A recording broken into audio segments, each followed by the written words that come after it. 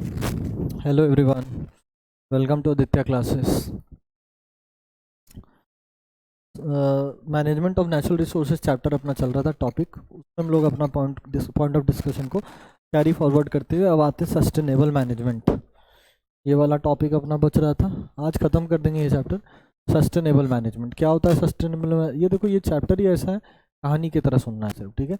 Sustainable management कहने का मतलब क्या हुआ कि हम लोग आपस में मिलजुल के, गवर्नमेंट अथॉरिटीज़ और लोकल पीपल्स जब मिल के एक पूरे नेचर को कंजर्व करने में जब साथ साथ काम करते हैं, इनको कहते हैं सस्टेनेबल मैनेजमेंट, ठीक है। तो वही चीज़ है कि जब स्टेक होल्डर्स और पूरे के पूरे लोकल अथॉरिटीज़, लोकल गांव वाले, लोकल पीपल्स मिल के जब फॉरेस्ट को कंजर्व करते हैं, तो इसी पूरे मेथड को, इसी पूरे प्रोसेस को, एंटायर इकोसिस्टम को सस्टेनेबल मैनेजमेंट कहते हैं, ठीक है। जैसे फॉर एग्जांपल चिपको मूवमेंट हुआ था। चिपको मूवमेंट सब लोग सुना होगा नाम। क्या हो रहा था कि पेड़ को काटने का बात चल रहा था, तो सभी गांव वाले जाके पेड़ से चिपक गए थे। तो ये क्या हुआ, एक पूरा का पूरा लोकल पीपल का भागीदारी हुआ, ठीक है। इससे फॉरेस्ट कंजर्व हुआ, इसको सस्टेनेबल मैनेजमेंट के अंतर्गत आता है। इसी तरीके से कहानी है कि साउथ वेस्ट बंगाल में, वेस्ट बंगाल का सदर्न पार्ट, ठीक है, एक मिदनापुर डिस्ट्रिक्ट करके है वहाँ पे। कहानी की तरह सुनने वाला है, सुनते चलो बस। एक मिदनापुर करके जगह है साउथ वेस्ट बंगाल में, ठीक है, वेस्ट बंगाल में ही पड़ता है। वहाँ पे फॉरेस्ट था, ठीक है, जंगल, जिसका देखभाल ही कौन करता था, जिसका स्टेक होल्डर्स कौन था, वहाँ का फॉरेस्ट डिपार्टमेंट था, ठीक है। स्टेट गवर्नमेंट कौन था स्टेक होल्डर वहाँ का? Forest department. वहाँ के फॉरेस्ट डिपार्टमेंट वालों ने 1.272 हेक्टेयर्स ज़मीन जो था ना, 1.272 हेक्टेयर्स ज़मीन, ये उन्होंने अपने अंदर अधिकृत कर लिया था, अपने अंदर ले लिया था कि फॉरेस्ट का जमीन है ये हम आप लोगों को नहीं देंगे। इससे वहाँ के लोकल पीपल में काफ़ी ज़्यादा आक्रोश छिड़ गया। वो काफ़ी ज़्यादा नाराज़ हो गए फॉरेस्ट डिपार्टमेंट के लोगों से, और वहाँ पे एक तरीके का युद्ध छिड़ गया। वो युद्ध कौन कर रहा था मेंटेन? वहाँ के नक्सलाइट्स। वहाँ के नक्सलाइट्स जो थे उस वॉर का जिम्मेदारी लिए थे, और लोकल पीपल के मदद से वो फॉरेस्ट डिपार्टमेंट को लोग को वो कह रहे थे कि भाई हम आपका ज़मीन छुड़वा देंगे, आप हमारे साथ दो, इनको मार देना, वो आए तो उनको भगा देना, मार के जान से मार देना, हम आपके साथ हैं, ऐसा कर करके। तो वहाँ के नक्सलाइट्स जो थे वो सपोर्ट करने लगे किनको? वहाँ के लोकल पीपल को आके, और लोकल पीपल विरोध करने लगे किनका? फॉरेस्ट डिपार्टमेंट के लोग का, ठीक है। क्यों? फॉरेस्ट डिपार्टमेंट का मानना था कि उस जंगल के एक बड़े से हिस्से में साल एक पेड़ होता है, SAL, ठीक है। साल जो होता है ना, SAL, ये एक पेड़ होता है। गूगल पे जाकर टाइप करना, साल एक पेड़ होता है, ठीक है। तो जितने डिग्रेडेड साल के ट्रीज थे, जितने सड़े हुए साल के, मरे हुए साल के ट्री थे, उनको वहाँ से हटाने का बारी था। वहाँ से फॉरेस्ट डिपार्टमेंट क्या कह रहा था, इनको यहाँ से हटाना है, और यहाँ का यही 1.272 हेक्टेयर ज़मीन को क्या कर लेना है, अपने अंदर फॉरेस्ट डिपार्टमेंट के अंदर ले लेना है। तो वहाँ के लोग क्या किए, विरोध छेड़ दिए, सब लोग मारपीट करने लगे। तो उस समय के फॉरेस्ट डिपार्टमेंट के हेड थे AK बनर्जी, वेस्ट बंगाल के हेड कौन थे? AK बनर्जी। वो कहें कि नहीं, हम लोग लोकल पीपल से लड़ के रह नहीं सकते यहाँ पे। कैसे रह सकते हैं? आप चाहे जितना पावरफुल आदमी हो, लोकल पीपल से आप लड़ जाइएगा, विरोध में रहेंगे लोकल पीपल, आपको सपोर्ट नहीं करेंगे, तो आप कोई भी सिस्टम चला नहीं सकते। तो वो बोले कि AK बनर्जी कि हम लोग ऐसे बिना, लोकल पीपल के बिना तो हम लोग अपना काम यहाँ से नहीं करवा सकते हैं। तो उन्होंने लोकल पीपल के जो नेता थे, जो हेड था, उसको बुला के मीटिंग हुआ, और मीटिंग में कई सारी पॉलिसीज़ बनी, जिसमें तय हुआ कि हम लोकल पीपल हमको ये जो मरे हुए साल के पेड़ हैं इनको हटवाने में मदद करेगा।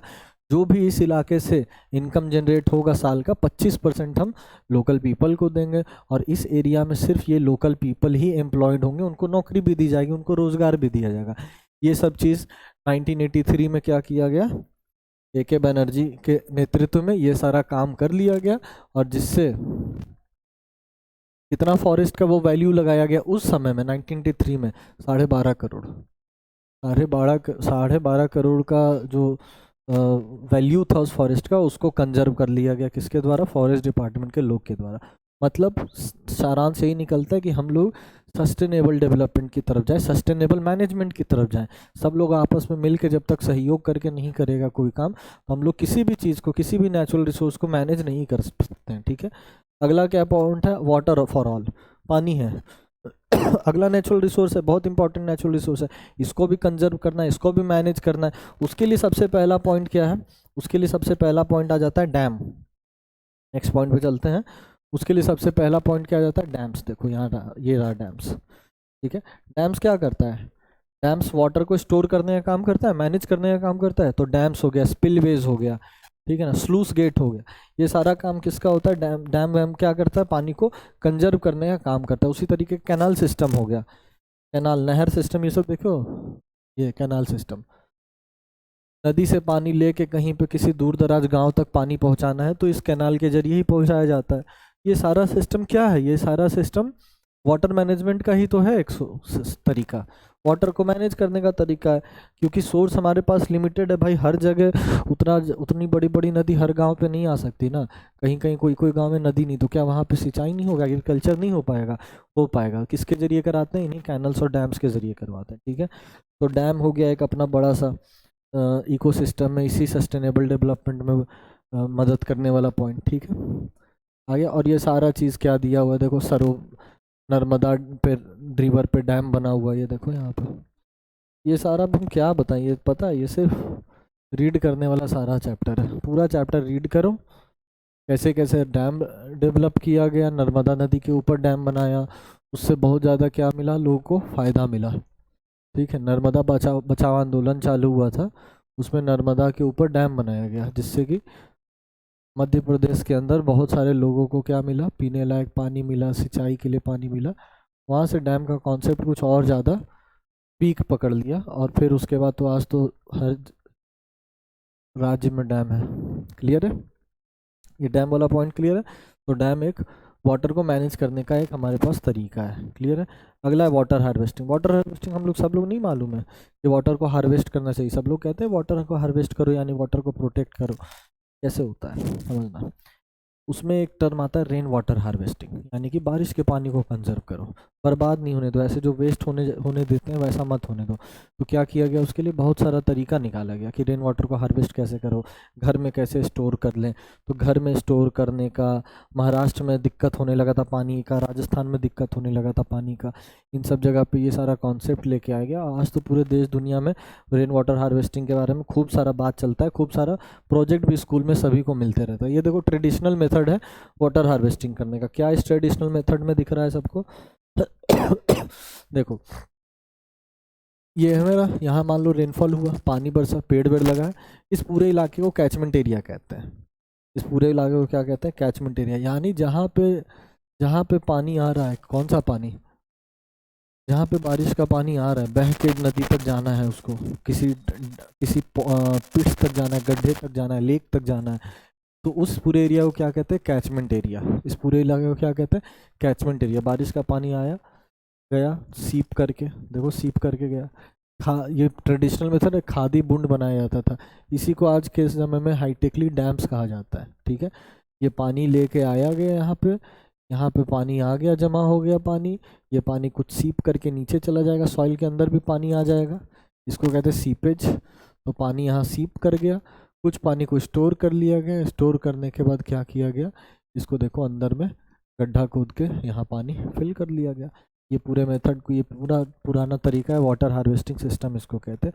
ये ट्रेडिशनल वाटर हार्वेस्टिंग सिस्टम है, ठीक है। आज के समय भी हम लोग यही करते हैं। घर के अंदर वाटर हार्वेस्टिंग सिस्टम अगर बनाना है, घर के रूफ पे एक होल जमा किए, पाइप से लेके आ गए अंडरग्राउंड में एक बड़ा सा टैंक बना होता है, जिसके अंदर क्या जमा हो जाता है, पानी जमा हो जाता है। कुछ दिन पानी सेटल्ड रहता है, तो उससे जो छोटा छोटा पार्टिकल होता है वो नीचे बैठ जाता है, बाकी सारे पानी को पंप से बाहर खींच लेता है। ये अपना घर का हार्वेस्टिंग सिस्टम है, घर घर ऐसा किया जाता है। ये सारा चीज़ तुम लोग यार पढ़ लेना, ठीक है। अगला पॉइंट आओ, अगला पॉइंट क्या है, कोल एंड पेट्रोलियम। अगला नेचुरल रिसोर्स भाई, बहुत important natural resource, coal and petroleum, सबको मालूम है, कोयला और पेट्रोलियम, ठीक है। एनर्जी सोर्स है, एनर्जी का एक सोर्स है, हमको यहाँ से एनर्जी मिलता है। कैसा एनर्जी, थर्मल एनर्जी मिलता है, हीट एनर्जी मिलता है, लेकिन ये ग्लोबल वार्मिंग के लिए भी एक कारण है। एयर पोल्यूशन का एक बहुत बड़ा सोर्स बना हुआ है ये कोल और पेट्रोलियम, ठीक है। अभी आज के डेट में सबसे ज़्यादा कोल अमेरिका के पास है, फिर चाइना के पास है, फिर शायद इंडिया का नंबर तीसरा या चौथा आता है कंजर्वेशन, कोल कंजर्वेशन में, ठीक है। और पेट्रोल में तो भाई गल्फ कंट्रीज सब चल रहा है। ऐसे रशिया के पास खूब सारा पेट्रोल है, पेट्रोलियम, फिर गल्फ कंट्रीज़ के पास है, ठीक। ये सारा चीज़ है, तो ये सब चीज़ अपना ह्यूमन के लिए एक वरदान तो साबित हुआ ही था, बून तो साबित हुआ था। उसके साथ साथ ये बहुत सारा हम लोग के लिए चैलेंज लेके आया, जो आज हम लोग जूझ रहे हैं एयर पोल्यूशन के चैलेंज से। हवा साफ़ नहीं रह गई है, कण कण में पोल्यूशन हो गया है, ये सब इसी का कारण है, ठीक है, पेट्रोलियम और कोल का, ठीक। तो इसको भी कंजर्व करके रखना है, मैनेज नहीं करें तो कैसे चलेगा। आज नहीं तो कल पेट्रोलियम ख़त्म हो गई, कोल ख़त्म हो गई, तो उसको भी हम लोग को मैनेज करके चलना है। कैसे मैनेज करना है भाई? पता है कि कोल जला के लाइट आ रहा है तो लाइट बचा लो, तो कोल का जलना एक तरीके से हम लोग थोड़ा सा ही सही कंट्रीब्यूट कर रहे हैं। पता है कि पेट्रोल से बाइक चल रहा है, कार से बाइक चल रहा है, तो कुछ दूर पैदल ही चले जाओ, ज़रूरी थोड़ी है हर जगह जाएंगे तो बाइक या कार से जाएंगे, स्कूटी से जाएंगे, ठीक है। इलेक्ट्रिक स्कूटी भी ठीक है, एयर पॉल्यूशन नहीं कर रहा है, लेकिन वो भी इन्वायरमेंट को कई तरीके से पॉल्यूट तो कर ही रहा है, चल तो बिजली पे ही रहा है। तो हम लोग पैदल ज़्यादा प्रेफर करो, इससे हम लोग क्या कर सकते हैं, कोल और पेट्रोल को मैनेज कर सकते हैं और एयर पॉल्यूशन में भी अपना कुछ ना कुछ कम करने के लिए कंट्रीब्यूशन दे सकते हैं। अगला पॉइंट क्या है? Overview of natural resource management. अब पूरा ओवरव्यू आ गया, ये चैप्टर ख़त्म की ओर हो गया कि पूरे ओवरऑल मोटा मोटी इस पूरे चैप्टर में क्या सीखने को मिला कि किस तरीके से नेचुरल रिसोर्स को हम कंजर्व करते हैं, ठीक है ना। किन किन क्या क्या तरीका अपना सकते हैं, कैसे कर सकते हैं, क्यों कर सकते हैं, ये सारा इस चैप्टर में डिटेल में पढ़ना था। और बस यार रीडिंग के अलावा कुछ नहीं करना। हम फिर से कहें, ये चैप्टर से सवाल तो देखो आएगा, क्वेश्चन तो अगर है ये चैप्टर अपने सिलेबस में तो क्वेश्चन तो आएगा ही आएगा, लेकिन थ्योरी टाइप। क्या आएगा? Theory type. जैसे व्हाट इज़ सस्टेनेबल डेवलपमेंट, तो वो चीज़ पढ़ लेंगे बुक से, एक बार पढ़ लेंगे तो डिस्कस करके आ जाएंगे, लिख के आ जाएंगे, एक बार समझ लेंगे, समझाने के लिए इसलिए समझा भी दिए कि पढ़ने से नहीं समझ में आया तो ऐसे सामने से समझ लो। तो बाकी तो इसमें कुछ भी नहीं है, इसलिए ये 2 वीडियो में ही ख़त्म हो गया। बाकी फिर ये क्वेश्चन है, ये सब लगा क्वेश्चन क्या है कि कंजर्वा लिस्ट 5 थिंग्स, किस तरीके से हम लोग वीक में एक बार कंजर्व कर सकते हैं नेचुरल रिसोर्स को। इस तरीके से भाई प्लांटेशन करो, ट्री को प्लांट कर दो, या अपना इलेक्ट्रिसिटी को कम करेंगे, या सप्ताह में एक दिन हम लोग बाइक या स्कूटी से नहीं चलेंगे, ऐसा प्रण लेते हैं। Increase the pressure on our natural resources, हम लोग कैसे प्रेशर बढ़ा सकते हैं नेचुरल रिसोर्सेज पे, कैसे बढ़ा सकते हैं बताओ। धड़ल्ले यूज़ करें, इलेक्ट्रिसिटी जलते हुए छोड़ दो, पेट्रोल गाड़ी चलते हुए चलो, कोई पोल्यूशन का कोई कुछ नहीं चल रहा है, कुछ भी करो, वो हो गया दिक्कत उसमें। अगला, how can you as an individual contribute, कैसे कंट्रीब्यूट कर सकते हो forest management, wild life management में, water resource management, coal and petrol, ये सब अपने दिमाग का गेम है, किस तरीके से करना है, कैसे कैसे कर सकते हैं। तो बताओ इसमें क्या बचा? कुछ भी नहीं बचा। तो मेरे हिसाब से ये चैप्टर ख़त्म ही हो गया है। सब लोग बस रीड कर लेना, इससे ज़्यादा इस चैप्टर में कुछ नहीं है। तब तक के लिए ध्यान रखो। Thank you very much. जय हिंद।